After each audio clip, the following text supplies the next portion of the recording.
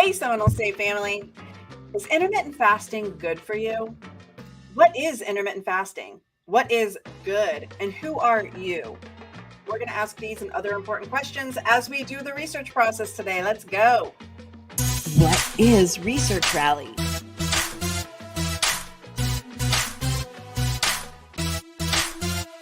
Learn with Librarians. Get campus info. Connect with your Seminole State family. Every Wednesday at 4 p.m. at Seminole State Lab on YouTube.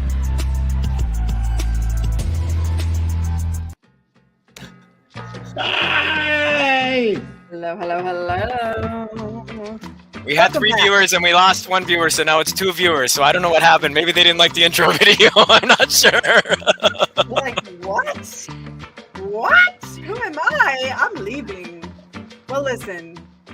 Like, We're here. We're going to talk about the question, because if we're trying to do research, is intermittent fasting good for you? We want to know, what is intermittent fasting? We want to know, what does good mean to us in this research situation? And who are we talking about? Who is doing the intermittent fasting? Who is wanting to do the intermittent fasting? And those things come into play. So we are going to discuss it.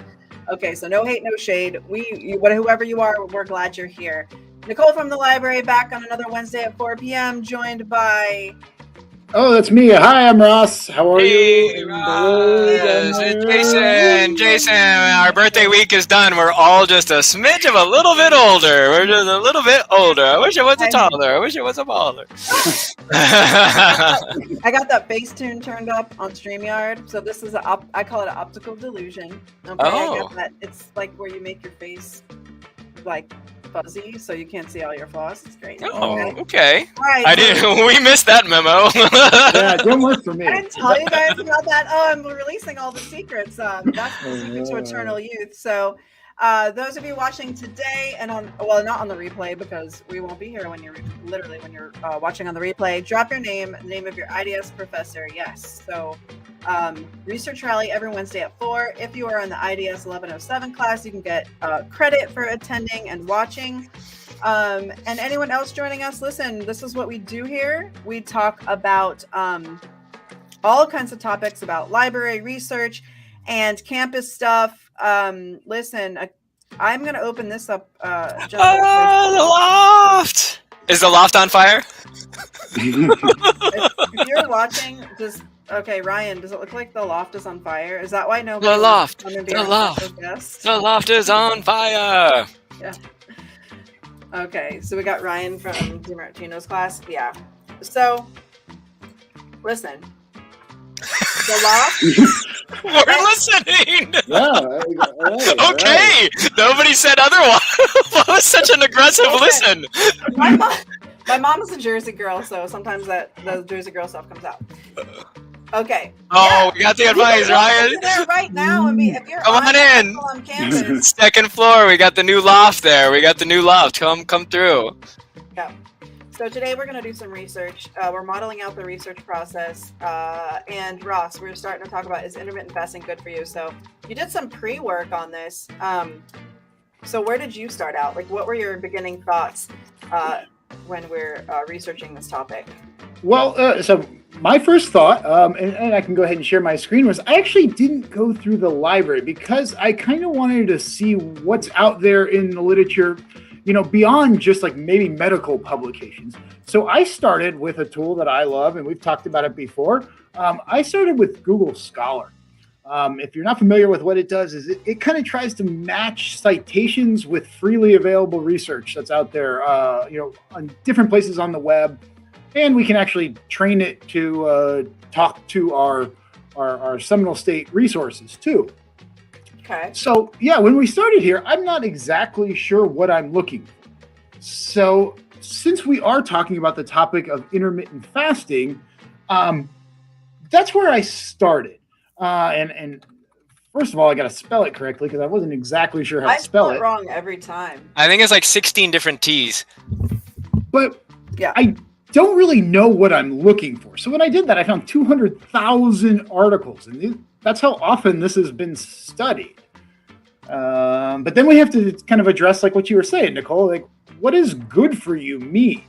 Because if you're looking at this, I mean, there's all sorts of different ways this has been examined, right? Like metabolic effects and heart and health, all sorts of stuff, treatment of cancer. So I think before we get too far, we probably ought to choose a direction to go in. Like, what is it good for? But what is intermittent fasting? Yeah, why don't we start there? Oh, Bing, and I don't like Bing is like not for me. What's Bing? Okay? It's like that search engine it's like a different browser search engine. So it's I Google. like how Google, yeah. Ross, are you in? Okay. No, sorry. Hey, listen! This is a casual show. Okay. All right. What is intermittent? And by the way, this is Nicole this is a Google search, so you can put questions in. This is a little different when you're doing academic searches in academic library databases, so just keep that in mind. We probably would just cut off the what is and just put in intermittent fasting. We'd probably want to use Credo Reference or one of the more dictionary reference databases. But what did we come up with? On the fly, I want to do it really fast. I mean, we can go to Google, look for information, but like Jason's saying, we want to go climb up the channels to empirical sources that are more reliable, more trustworthy. But I'm just getting like some basic data. I mean, okay, blah, blah, blah. Sir, okay, so you restrict your daily eating to, and this one says 6 to 8 hours per day. I already know because this is a hot topic right now. And this is one of the reasons we chose to research this today. Okay, you can do it for different periods. So basically it's eating for certain periods of time and then not eating, as in taking in no calories for the other part of the day. Now, I can already tell, even if I didn't already know have some background knowledge, that there's different periods that you could do. So that's another thing that we would want to find out in this research. Like, well, why would I pick 8 hours on eating and 16 hours off or whatever it may be? In which 8 hours? And is that, what about race? What about gender? I mean, you could really differentiate your search. What time of day? Does that affect? I mean, I'm sure that's probably going to be in the data. Okay. And do I just eat everything? Do I just eat all the tubs of popcorn and all the butter and all the ice cream and just eat it all? And then as soon as the clock strikes, then I just stop and sit there and be like, sure, it's very beneficial for my health. Okay. Well, so something else that kind of came up as you were talking about that, Nicole, is I decided to run this through ChatGPT too, because what I'm seeing is there's a lot of different types of intermittent fasting. I didn't know that. I thought maybe it was just like this one idea, but you can see there's a lot of different ways to approach it, right? I mean, like alternate day fasting. Like maybe you don't fast every single day, but on some days you really restrict it. And there's like calorie restricted diet. There's all sorts of stuff. So when we go and like search it, we may want to play with some of those synonyms too, right? Just to see if we can shake out all the different research that's been done on it. And this kind of happens when you're doing your research and you're swapping out keywords. Synonyms will help you greatly, whether you go to webstersdictionary.com or which also has a thesaurus would be great. But can you go back to that list, Ross, on the toggling? It was like intermittent feeding. I don't know. Is that number 8? Well, is that feeding the same as? I don't know. And then what restriction versus intake reduction? Caloric energy. We asked a question 9 minutes ago, and we're still strategically exploring how we're actually going to go and look for information on this. This is normal. This is part of the research process. Mm-hmm. So cyclical fasting. Yeah, I don't even know. Trying to get through them, right. Mm-hmm. And time restricted eating. I guess technically that's probably the most, or periodic fasting. Well, intermittent, periodic. What's intermittent? Maybe that's it. What does that mean? Because Nicole had a time frame, but is that the law? Is that what works for the individual? I mean, this gets really, I think it's customizable, no? I mean, it's probably for the actual person. Intermittent, coming and going at intervals, not continuous. Intermittent rain, also occasional. Okay. So if you wanted to, if your research topic was, I wanted to find out the benefits of intermittent fasting, I guess again, you'd have to keep drilling down for whom, when, and do you keep it every day? Do you use the same clock then for like a week and then check your results?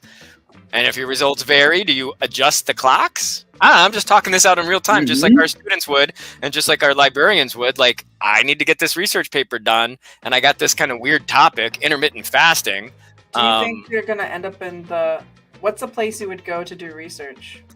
Well, I would probably go to Credo Reference on this, and I would probably use the mind map, and Would I'd you probably come into a physical place, the UP building on campus. Oh, the library. Oh, There's books in there. There's old crusty books in there, as you can is see. that what those were? I thought those were logs on fire because the loft is aflame. I need to get an updated lamp. Anyway, okay, Ross, popping you back into the screen share, Credo Reference. I was going to play with Jason's idea here. So we could put in intermittent fasting if I spelled it correctly. Oh, it's going to help me out. Thank you. And we can see what they suggest here. Okay, that calorie restriction thing came up again. Yeah.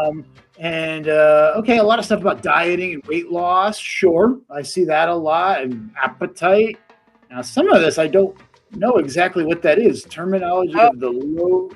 And it starts to get real tricky too, because I don't know how much deep we need to get into the brain here at Wednesday at 4:12 p.m. But is fasting the same as when you scroll down, Ross? What's the one on the bottom? Is that the same as dieting? Is it a diet? Well, we see on this mind map weight loss, obesity, multiple sclerosis. We're seeing some different things that might be affected by intermittent fasting. So maybe it is a way to diet or to lose weight, but maybe it also affects some other aspects of health. I can already see there might just be a couple, just as from the suggestions on this Credo Reference mind map. Yeah, there's definitely caloric intake up or down. If you're gonna not eat as much as you normally would, but technically, is that a diet? Anyway, but what happens, Ross, when you click on the intermittent fasting in the middle? Would that take us, or is this just the mind map? No, this is just the mind map here. Yeah. But this is already a good start to see where we're going. Maybe there's different avenues that you want to pursue, but we still haven't really come up with a full understanding of what this is. I think it's very broad. Okay, so it's pretty broad, so we'll have to narrow it down. So where do we want to go with? Do we want to look at the dieting and intermittent fasting? If it's good for dieting, we said the original question, is it good for you? So here, let's do this game. Let's each pick one. Don't say it verbally yet. And then we'll do a reveal, because I think we're all going to pick 3 different ones. Okay, on the countdown from 3, 2, 1. James Land. Caloric restriction. I was going to do caloric restriction. Oh, we both got it. Okay, because I think that's the most of it. I really do. I think you're intermittent fasting. You're trimming down on your calories. Therefore, you're fasting. You're not eating. So one can argue it's not a diet. Let's get into some research articles. Or okay, actually, let's go. Credo Reference, which is going to be like basic information. It's not going to go like deep studies. So, but we could start here. Oh, nice. Yeah, see that? Cool. Yes, this is what we're talking about. Swapping keywords. Yes, research as strategic exploration. Thank you. But back to where I was starting here, like I really love Google Scholar for a lot of different reasons, but it's a really great way to throw a really wide net out when you're starting a search. Because if I don't know exactly where to start my search, and I wasn't even exactly sure if everything I was going to find was medical research, I didn't know what else it might get into. But when you're searching through that, what you'll start to see is that you'll find a variety of different impacts on it.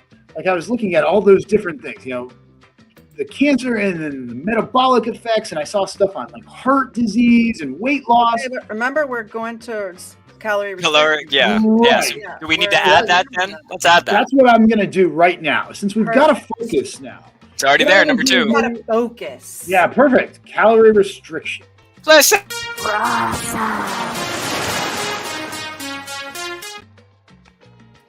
Continue on. So what we've done here is not, maybe most importantly, we shrank our results a little bit. We went from 200,000. It's still 29,000 studies that have been done on this. That's kind of crazy, right? Like that's a lot of science that we have available to us. And as I started scrolling through this now, I can see like, okay, they're starting to cluster a little bit more. Sure. I'm seeing more stuff about. And just to piggyback here, Ross, this might be a good example to use the date filter on the left, because some of these are mad old, 2005 and 6, and I'm not really sure unless I use a starting point. This so one at the top, 2012, intermittent fasting combined with calorie restriction is effective for weight loss and cardio protection in obese women. Okay, so who? Women. Remember, but obese women. That's another okay, so who? Remember that we can't cast too wide a net. And then look, I'm saying combined with calorie restriction. So I'm getting a data point that maybe intermittent fasting does have some separate benefits in combination with calorie restriction. This study has shown that it has a benefit. That's what I'm reading just from reading into the title. So yeah, but to Jason's point there, some of this research is really old. I mean, 2005, 2006, like we're talking almost 20 years, right? Like, that's an important point whenever you're considering your topic. Like, is it still relevant? I mean, maybe it is, but my guess is, knowing that there's 29,000 other studies out there, there's probably going to be a lot more current research that's built on that old research, right? So like, I think Jason's right here. I probably want to maybe even say 2020 to now, since it is such a kind of a fashionable topic to research these days. Now we start to get more of the current viewpoint. Ooh, and then look at number 2. Well, yeah, go ahead, Nicole. You were ready to launch off there. Because I graduated from interrupting you, and that's what I do. I'm seeing again impact of calorie restriction and intermittent fasting. I keep seeing a pattern that they are separate. So yes, intermittent fasting might inherently involve calorie restriction, but they're studying both in combination. I can see this one here is versus calorie restriction. So that's weight loss, and then number 2 is periodontal, which I think that's your two first. I think so. Yeah. Let's pick one to dig in. Oh, that one is 2022. Intermittent fasting versus continuous calorie restriction, which is better for weight loss. Is that Let's take a look at it. Let's see what it is. And for the students watching, we had one comment, hadn't seen Google Scholar before. Take a look at all the authors here. When you see multiple authors, check for a volume number and an issue number. When you're getting all those data, this is adding up to be a credible, reliable source before we look at the info. So make sure that that's part of the evaluation process. It's very important. You'll also notice those tools on the right-hand side. If you get a citation offered, that's another sign that it could be reliable and credible. And again, look at all those authors, and we would look at the citation later before. But what do we got here? Continuous caloric, which is better. Okay. Well, then that might be part of how we narrow down this topic that we can present back to our professor and go, hey, professor, I found this other thing, continuous caloric restriction. Well, what's the difference? Which is better? And if what's the intent was, if the original intent was weight loss, which I think it would be, right? Wouldn't anybody reduce their calorie intake just so they could not eat as much? If someone was going to, or if someone was interested in intermittent fasting, quick disclaimer, accessing empirical data, information from peer-reviewed or credible sources on our library databases or Google Scholar is not a replacement for counsel from your medical professionals. Yes, we are not doctors. You cannot doctor yourself from research studies. So again, if this is a topic or any similar topic that affects your eating, any part of your physical or mental health, please see professionals if you are going to change any aspect of your life in regards to any of those things. And one more thing, that's a good disclaimer. If you see a DOI there, and I do see that in the link, that's another clear indicator that this is going to be a peer-reviewed journal. This is going to be a medical journal, a very good evidence quality, and it's also submission received on that date. Look, it was revised, accepted. So somebody's looking at this. This is another hallmark of the evaluation. But now, because this is a whole thing, can we go to the conclusion? Let's, if we don't have time, right? And we don't. That's exactly what I would recommend doing. That's one of our methods, for getting that information quick. Oh, I went too far. That's okay. You also saw a lot of references on there. Oh, I will be using this here. There we go. Thank you. There it is. So most any scholarly article is going to have either a discussion or a conclusion, sometimes both. But that's where they're going to summarize all of their results in their study and tell you how it answers their question. So how does all of that evidence they gathered tell us that, like, does this impact weight loss?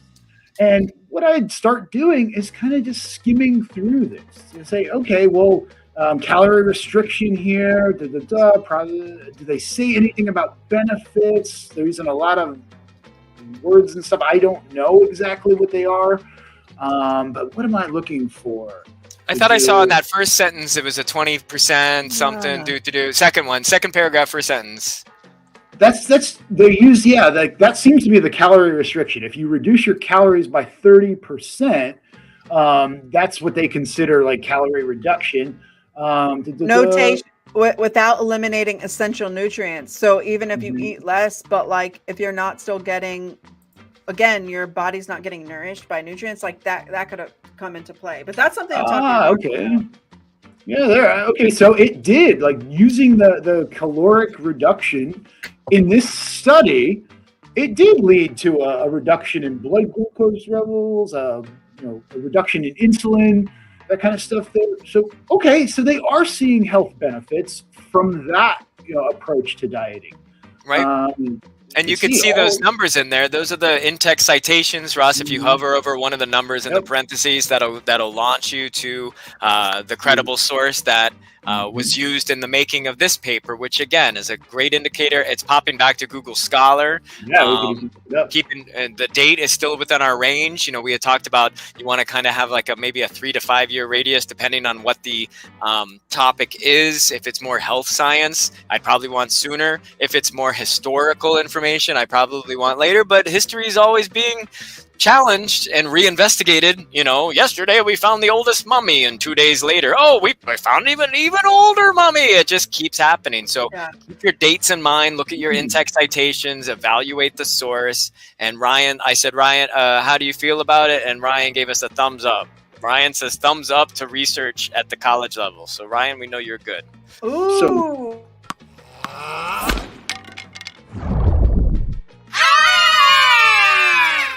That's a home run for us. It's the wrong sport for a home run. Hey. It's tennis. That's not the right sport at all. And you don't hit the brain with a racket and 3 people are yelling for no reason. It doesn't have to make sense. It's just got to get the people going. Yeah. Hey, anecdata. Does anybody have any anecdata or anecdotes about intermittent fasting? If you're watching, go ahead and comment and let us know. Oh, my mom tried it and she hated it, or whatever. There is a different kind of data other than just looking at empirical data, research articles, Google Scholar sources that we could find. You can't cite anecdata necessarily as the final say-so in a research paper or an essay. You could include it as a part of the information landscape that you have accessed to write about a topic. But again, it's anecdotes or little stories or personal experiences about a topic. I have I have some anecdata. I have been doing like eating 8 hours and then not ingesting calories for the other 16. Now I'm of a certain age and stuff, so that I think that factors in. I find it to be helpful actually to lose weight. Now, am I also doing other things? I'm eating less. Just as an example, anecdotally, I'm eating less carbohydrates. I find that as the years go on, I don't need to eat pasta and rice and potatoes in great amounts. I just don't use that energy. That energy gets stored, if you know what I mean. I'm not going to go into details. So, you went into a lot of details.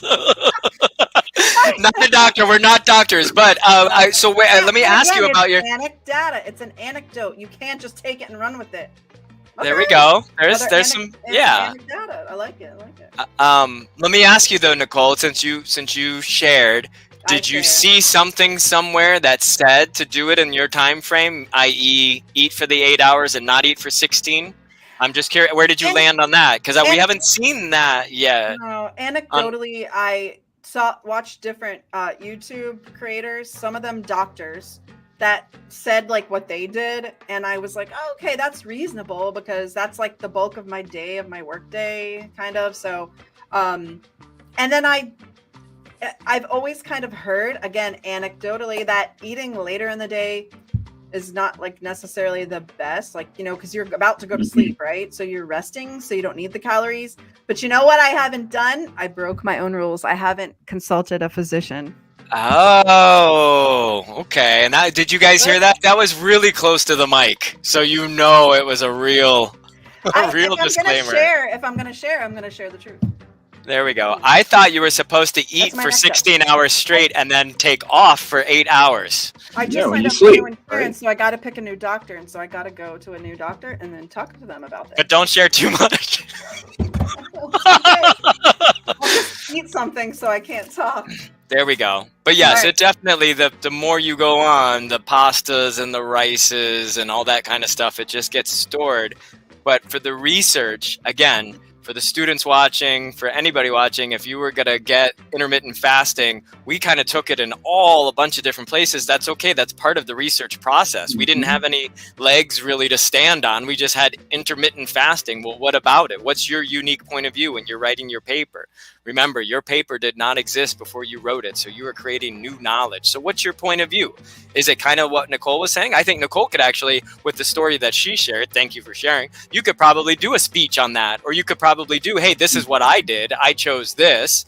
But then where did you find, as you were saying, where did you find the evidence to back up the 16 off and the 8 on? And what is the 8 on? I'm still unclear. I'm thinking in my head like a...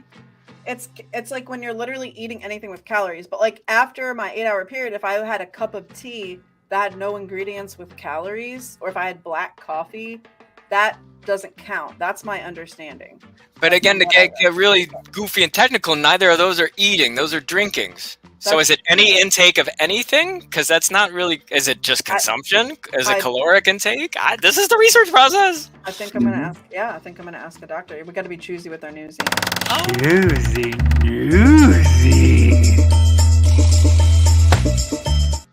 Listen, you might see intermittent fasting in news articles or popular magazines. This is something to look out for.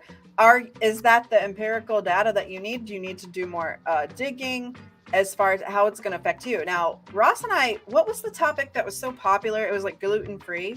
Was that some of the research that was for gluten-free stuff got really popular, and then the original people that studied it were like, actually, we can't replicate that data. Oopsie, it's already super popular and trendy. Yeah, that was a long time ago. But yeah, that was kind of what happened with like the gluten studies. I think it was back in the 1990s. Is that they came out with this research that said, avoiding gluten will solve all these things. And then the media picked up on it. But then when they tried to repeat their own studies, they couldn't do it, but it was a little too late. So that's kind of a famous example of how, like, you know, a research study can be used beyond the implications of their findings.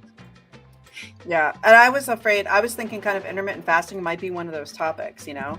It's like, it's such a buzzword. It's so trendy. If you're just going to TikTok to find out which influencers are intermittent fasting and you're taking their word for it, like that's the good thing for you. Like, but you can go to TikTok and find out about but authority is contextual, right? So sure, an influencer could say, yeah, I did intermittent fasting and I lost weight. That might be true, but it's an anecdote. It's anecdata.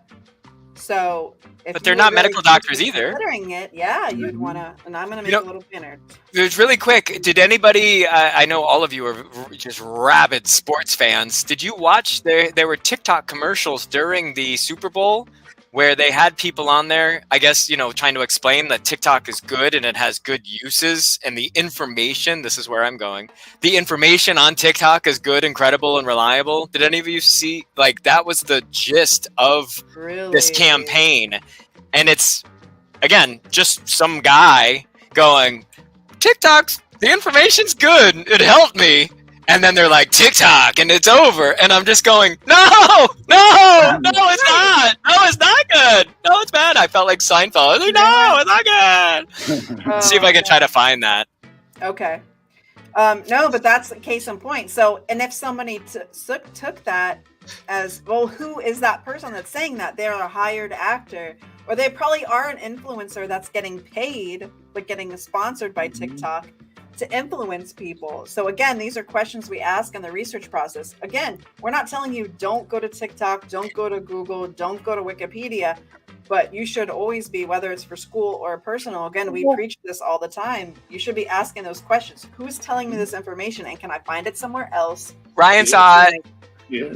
Ryan, See? what were your first thoughts, Ryan? Yeah, Ryan, what were your thoughts? I think wasn't it like a cowboy? It looked like to be like a white male in blue jeans and a long sleeve shirt, like a rancher, saying like, "Hey, TikTok has good information," and I'm challenging that, like from the couch, watching, because it doesn't. And the people on there, Nicole, you were even saying if a TikTok influencer said blah blah blah, well, who cares? Oh, here we go. Hold on. There was a whole. What do we got here? There's a whole series of those commercials that we're playing all season. Oh, see, I wasn't.